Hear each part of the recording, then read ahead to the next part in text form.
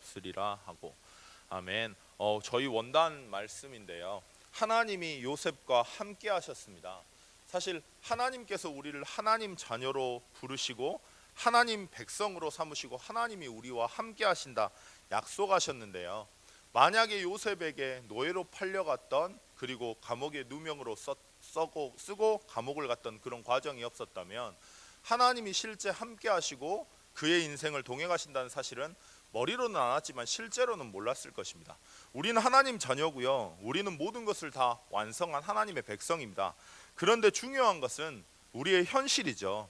우리는 어떤 소리를 듣고 어떤 문제가 생겼을 때요, 우리도 모르게 뭔가를 생각하고 뭔가를 마음에 품게 됩니다. 근데 그게 지금 내 영적인 상태입니다.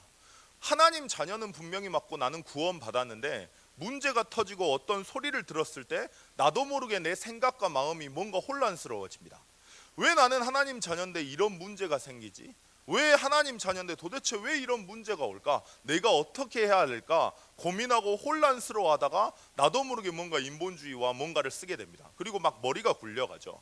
근데 그렇게 되니까요, 자꾸 내 생각에 잡혀서 하나님이 없어져 버리고 그 생각에 빠져서 혼란스럽고요, 그 사건, 그 문제, 그리고 그 사람에게 집착해서 나도 모르게 그 문제에 집착하다가 하나님을 놓쳐버립니다.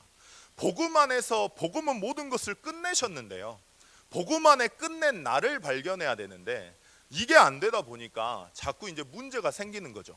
요셉은 노예 생활과 그리고 감옥 생활을 통해서 살아계신 하나님이 실제로 내 인생의 주인이시고 나와 함께 하심에 주목했습니다. 우리 왜 그러냐면, 하나님이 우리와 함께 계시는, 함께함을 누릴 때 모든 것이 회복되는 근본으로 우리를 부르셨기 때문입니다. 누가 뭐라고 해도요, 인간에게 진짜 근본은요, 하나님과 함께하는 것입니다. 문제없는 인생은 그 어디도 없습니다. 그리고 문제없는 교회 역시 없을 것이며 문제없는 사람 없습니다. 다 문제 있습니다. 다 영적 문제 가지고 있고요, 연약하고 부족합니다.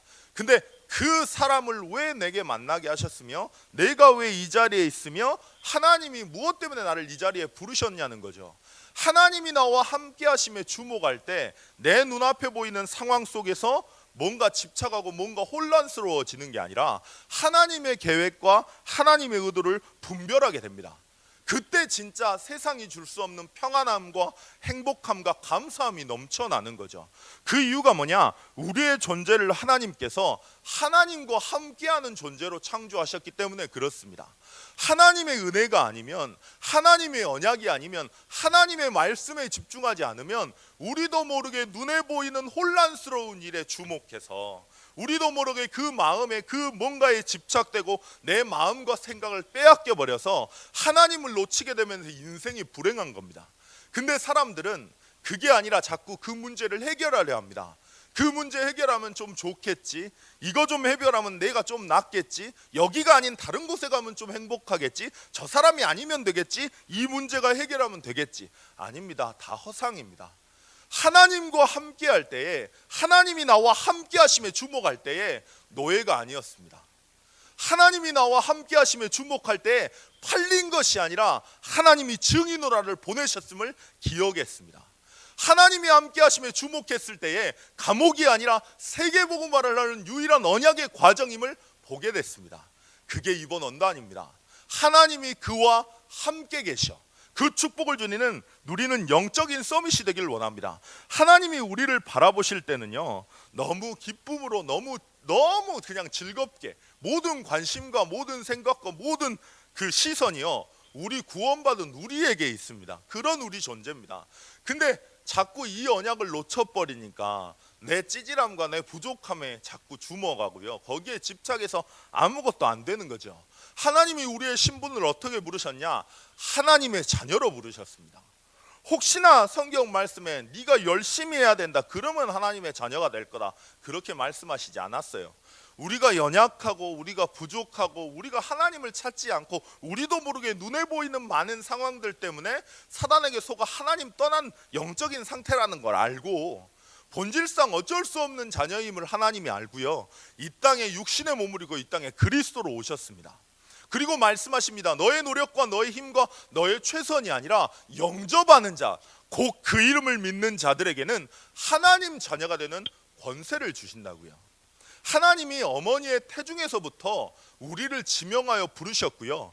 우리를 위해 예비하신 로마복음화, 세계복음화가 분명히 있기 때문에 하나님은 하나님이 우리 인생의 주인 되시고 우리와 다스리시면서 내주하시고 인도하시고 보호하시며 결국에 그 일을 이루고자 오늘 또 우리를 인도하신다 약속하셨습니다.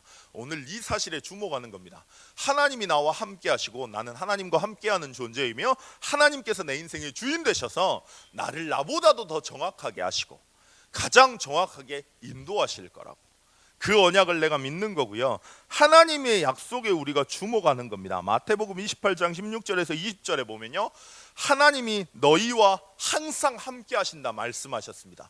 문제와 어려움 앞에서, 문제없는 인생은 없어요. 그 문제와 어려움 앞에서, 갈등 앞에서 살아계신 하나님을 신뢰하는 것입니다.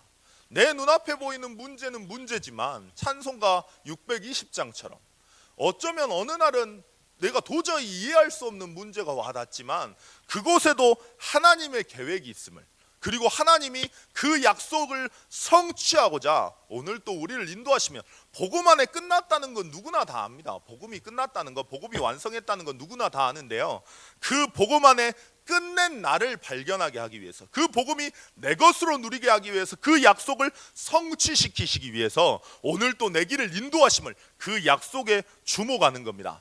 마가복음 16장 15절에서 20절에 보면요, 온 땅에 복음을 증거하라 말씀하셨습니다. 반드시 우리를 통해 세계복음화와 우리의 현장에 예비된 자들과 실제로 불신자들이 살아나고 실제로 답이 없어 방황하는 많은 이들에게 생명의 복음이 전달될 증인으로 우리를 세우실 것입니다.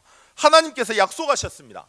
이르시되 때와 시기는 아버지께서 자기 권한에 두셨으니 너희 알 바 아니요 오직 성령이 너에게 임하시면 너희가 권능을 받고 예루살렘과 온 유대와 사마리아와 땅끝까지 이르러 내 증인이 되리라 라고 말씀하셨습니다. 오늘 살아계신 하나님께 주목해 보는 건 어떨까요? 눈앞에 보이는 많은 문제와 어려움에 집착하고 주목하는 것이 아니라, 집중의 반대는 집착입니다.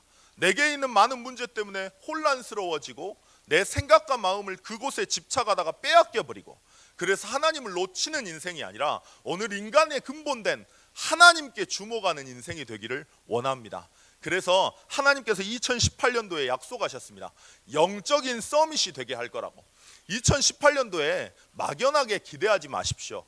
2018년도에는 2017년보다 모든 것에서 낫겠지, 그렇게 생각하시지 마시고요, 영적인 서밋이 되게 하시려고 하나님은 이번 연도에 문제도 허락하실 수 있고 어려움도 축복도 허락하실 수 있다. 괜찮다.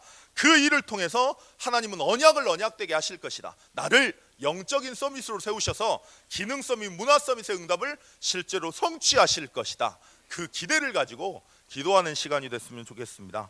기도하실 텐데요, 하나님, 오늘 하나님이 나와 함께 하심에 주목하고 집중하는, 하나님의 영에 감동된 요셉처럼 하나님의 영에 감동된 영적인 서밋의 축복을 얻게 하여 주옵소서. 모든 지금 초등학생 수련회 중입니다. 하나님, 아이들 오고 가는 발걸음이 하나님께서 성령으로 역사해 달라고, 중고등부 수련회 그리고 자체 수련회 모든 대신방 일정 위에 하나님께서 성령으로 인도해 달라고, 연약한 성도님들 그리고 담임 목사님 움직이는 걸음걸음마다 하나님께서 성령으로 충만하게 역사해 달라고 잠깐 기도하시겠습니다. 하나님 아버지,